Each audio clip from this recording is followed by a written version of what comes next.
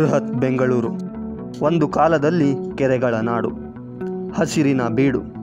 ಆದರೆ ಇತ್ತೀಚಿನ ದಿನಗಳಲ್ಲಿ ಅಭಿವೃದ್ಧಿ ನೆಪದಲ್ಲಿ ನಗರೀಕರಣ, ಒತ್ತುವರಿ ಕೆರೆಗಳ ವೈಭವವನ್ನು ಬರಿದಾಗಿಸಿದೆ.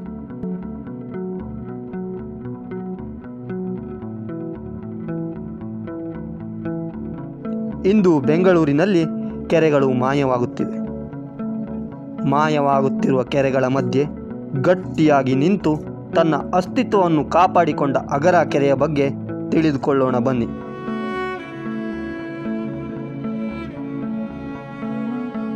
ಅಗರ ಕೆರೆಯು ಬೆಂಗಳೂರು ಮೆಜೆಸ್ಟಿಕ್ನಿಂದ 13 ಕಿಲೋಮೀಟರ್ ದೂರದಲ್ಲಿದೆ.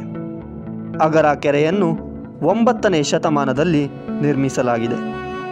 ವರ್ತೂರು ಕೆರೆಯ ಸರಣಿಯಲ್ಲಿ ಈ ಕೆರೆಯು ಸಹ ಬರುತ್ತದೆ. ಮಡಿವಾಳ ಕೆರೆಯು ಮೇಲ್ದಂಡೆಯಲ್ಲಿದ್ದರೆ ಬೆಳ್ಳಂದೂರು ಕೆರೆ ಕೆಳದಂಡೆಯಲ್ಲಿದೆ.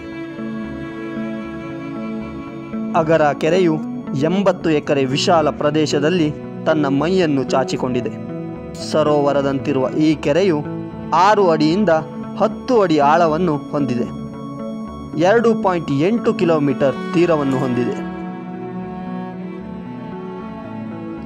ಅಗರ ಕೆರೆಯ ಮಧ್ಯದಲ್ಲಿ ಒಂದು ಸುಂದರವಾದ ದ್ವೀಪ ಇದ್ದು ಇದು ಕೆರೆಯ ಆಕರ್ಷಣೆಯನ್ನು ಹೆಚ್ಚಿಸುತ್ತದೆ. ನೋಡುಗರಿಗೆ ಇಲ್ಲಿ 2 ಕೆರೆ ಇದ್ದಂತೆ ಕಂಡರೂ ಇವೆರಡು ಕೆರೆಯನ್ನು ಅಗರ ಕೆರೆ ಎಂದೇ ಗುರುತಿಸಲಾಗುತ್ತದೆ. ಮಧ್ಯದಲ್ಲಿ ನಡೆದು ಹೋಗಲು ಚಿಕ್ಕ ದಾರಿ ಇದ್ದು ದಾರಿಯ ಪಕ್ಕದಲ್ಲಿ ಬಿದಿರಿನ ಮರಗಳನ್ನು ನೆಡಲಾಗಿದೆ. ಕೆಲ ದಶಕಗಳ ಹಿಂದೆ ಪಾಳು ಬಿದ್ದಿದ್ದ ಅಗರ ಕೆರೆ ಈಗ ಸುಂದರವಾಗಿ ನೋಡುಗರ ಕಣ್ಣಿಗೆ ಆನಂದದ ಅನುಭವವನ್ನು ನೀಡುತ್ತದೆ. ಸರ್ಕಾರ ಈ ಕೆರೆಯ ಅಭಿವೃದ್ಧಿಗೆ 2018ರಲ್ಲಿ 16 ಕೋಟಿ ರೂಪಾಯಿ ಅನುದಾನ ನೀಡಿತ್ತು. 2023ರಲ್ಲಿ 33 ಕೋಟಿ ರೂಪಾಯಿ ಅನುದಾನ ನೀಡಿದ್ದು ಕೆರೆಯ ಶುದ್ಧೀಕರಣದ ಜೊತೆಗೆ ಸುಂದರವಾದ ಪಾರ್ಕ್ ನಿರ್ಮಾಣ ಮಾಡಲಾಗುತ್ತಿದೆ. ಕೆರೆಯಲ್ಲಿನ ಹೂಳನ್ನು ತೆಗೆದು ಕಲ್ಲಿನ ಕಟ್ಟೆಯನ್ನು ನಿರ್ಮಿಸಲಾಗಿದೆ. ಸುತ್ತಲೂ ತಂತಿಯ ಬೇಲಿಗಳನ್ನು ನಿರ್ಮಿಸಿ ಕೆರೆಯ ರಕ್ಷಣೆ ಮಾಡಲಾಗುತ್ತಿದೆ. ನಡಿಗೆ ಮತ್ತು ಸೈಕಲ್ ಪಥದ ಎರಡೂ ಬದಿಯಲ್ಲೂ ಹೂವಿನ ಗಿಡ ಮತ್ತು ಮರಗಳನ್ನು ನೆಟ್ಟು ಸಂರಕ್ಷಿಸಲಾಗುತ್ತಿದೆ. ಈ ಕೆರೆಯ ಸೌಂದರ್ಯವನ್ನು ಕಣ್ತುಂಬಿಕೊಳ್ಳಲು ವಯಸ್ಸಿನ ಮಿತಿಯೇ ಇಲ್ಲದೆ ಎಲ್ಲರೂ ಬರುತ್ತಾರೆ.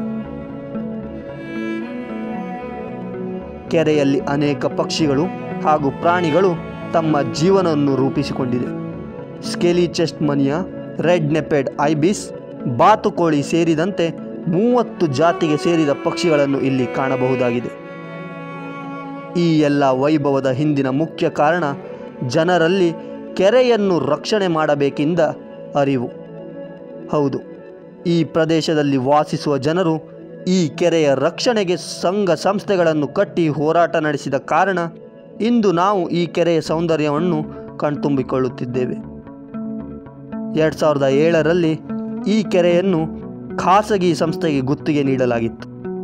ಅಗರ ಗ್ರಾಮ ಜನರ ಹೋರಾಟದಿಂದ ಕೆರೆಯ ಗುತ್ತಿಗೆಯನ್ನು ಕೋರ್ಟ್ ರದ್ದುಗೊಳಿಸಿತು. 2013ರಲ್ಲಿ Agara lake and protection management society ಎಂಬ ಸಂಘವನ್ನು ರಚಿಸಲಾಯಿತು. ದಶಕಗಳ ಹಿಂದೆ ಕೆರೆಯು ಚರಂಡಿ ನೀರಿನ ಹರಿಬಿಡುವಿಕೆಯಿಂದ ಅಶುದ್ಧವಾಗಿತ್ತು.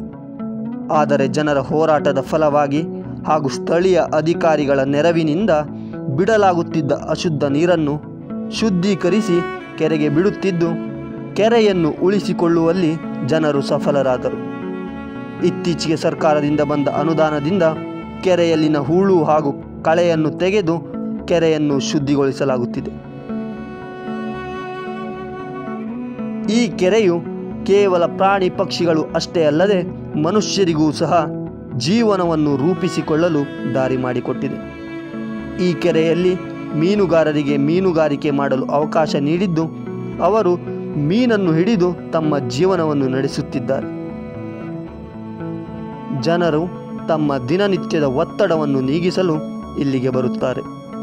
ಇಲ್ಲಿ ನಿರ್ಮಾಣವಾದಂಥ ಮಕ್ಕಳ ಪಾರ್ಕ್ ತಾಯಂದಿರಿಗೆ ತಮ್ಮ ಮಕ್ಕಳನ್ನು ಆಟವಾಡಿಸಲು ಸೂಕ್ತ ಸ್ಥಳವಾಗಿದೆ. ಇಲ್ಲಿ ಮಕ್ಕಳಿಗೆ ಆಟವಾಡಲು ಬೇಕಾದ ಎಲ್ಲ ಸಾಮಗ್ರಿಗಳನ್ನು ಸಹ ಇಡಲಾಗಿದೆ. ಜೊತೆಯಲ್ಲಿ ವಯಸ್ಕರಿಗೆ ವ್ಯಾಯಾಮ ಮಾಡಲು ಕೆರೆಯ ಸುತ್ತಲೂ ಅಲ್ಲಲ್ಲಿ ಉಪಕರಣಗಳನ್ನು ಇರಿಸಲಾಗಿದೆ. ಇನ್ನೂ ಹೆಚ್ಚಿನ ಕಾಮಗಾರಿ ಪ್ರಗತಿಯಲ್ಲಿದ್ದು ಸುಂದರವಾದ ಕೆರೆ ನಿರ್ಮಾಣ ಮಾಡಲಾಗುತ್ತಿದೆ.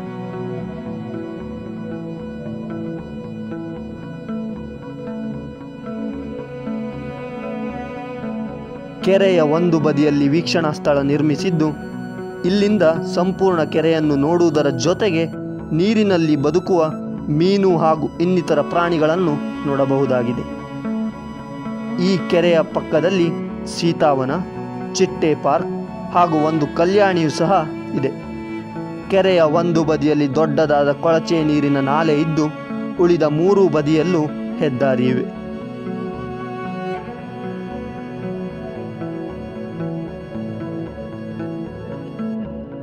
ಒಂದು ಕಾಲದಲ್ಲಿ ಅಂತರ್ಜಲದಂತಿದ್ದ ಒರತೆಗಳು ಮುಚ್ಚಿ ಹೋಗಿವೆ. ಕೆರೆಗಳ ಒಡಲು ಪ್ಲಾಸ್ಟಿಕ್ ಮತ್ತು ಕೆಸರಿನಿಂದ ತುಂಬಿ ಹೋಗಿವೆ. ಬೆಂಗಳೂರಿನಲ್ಲಿ ಕೆರೆಗಳು ಮಾಯವಾಗುತ್ತಿರುವ ಸಂದರ್ಭದಲ್ಲಿ ಅಗರ ಕೆರೆ ಇನ್ನು ಜೀವಂತವಾಗಿರುವುದು ಖುಷಿಯ ಸಂಗತಿಯಾಗಿದೆ. ಜೀವ ಸೃಷ್ಟಿ ಪ್ರಕೃತಿಯ ಅನನ್ಯ ಕೊಡುಗೆ. ಇಂಥ ಸೃಷ್ಟಿಗೆ ಜೀವ ತುಂಬುವ ಶಕ್ತಿ ಇರುವುದು ಜೀವಜಲಕ್ಕೆ ಮಾತ್ರ. ಸಕಲ ಚರಾಚರ ಜೀವ ಸಂಕುಲ ನಾಗರಿಕತೆಗಳು ಹುಟ್ಟಿ ಬೆಳೆಯಲು ನೀರೇ ಕಾರಣ. ಪರಿಸರ ವ್ಯವಸ್ಥೆಯ ಕೇಂದ್ರವೇ ನೀರು. ಈ ಜಲವೇ ಸಂಕುಲದ ಉಸಿರು.